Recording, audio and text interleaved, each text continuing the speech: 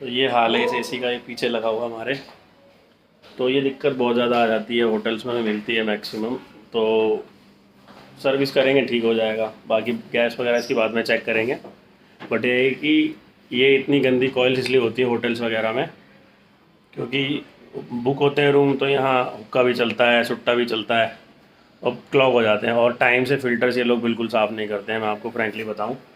तो उस कंडीशन में ये इतनी ब्लॉक हो जाती है, इतनी गंदी हो जाती है कि वाटर ड्रिप होने लगता है, या फिर एयर फ्लो कम हो जाएगा इसका। एयर फ्लो कम होगा या फिर कंप्रेसर पे लोड जाने लग जाता है। जब कंप्रेसर पे लोड जाएगा तो ट्रिप मारेगा, कोई ना कोई टर्मिनल जल जाएगा और लीकेज के भी चांसेस होते हैं। तो यही नहीं, घरों के एसी के लिए भी मैं यही कहना चाहूँगा कि आप टाइम से सर्विस कराएं अपने एसीज़ की। टाइम से सर्विस अगर जब तक नहीं होगी, कुछ नहीं पवन भाई को कुछ दिखाई, पवन ने क्या दिखा?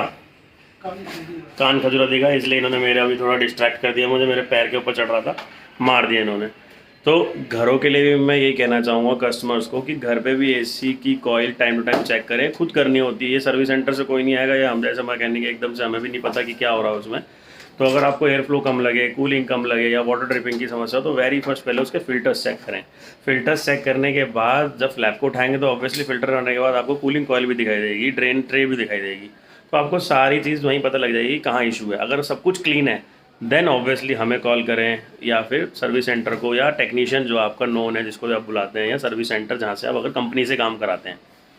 तो पहला जो स्टेप है वो कस्टमर को ही खुद लेना। और यहाँ होटल में लड़के काम करते हैं बट वो इग्नोरेंस करते हैं, वो नहीं देखते ये सब चीज़ें। तो अभी इसकी सर्विस करेंगे तब मैं आपको दिखाऊंगा, इतना कचरा निकलेगा इसके अंदर, इतना कचरा, बेहिसाब कचरा निकलेगा।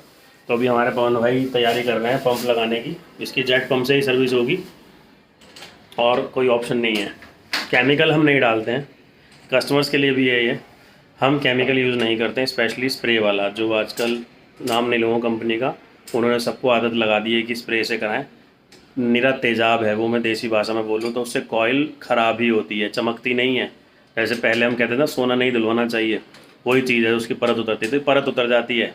और आपके साथ, आप में से ही कुछ कस्टमर के साथ ये भी हुआ होगा कि 2 महीने बाद फिर उसकी गैस लीक हो गई होगी और आके उसने बताया वो कूलिंग कॉइल ख़राब हो गई या सेंटर में से लीक हो गई।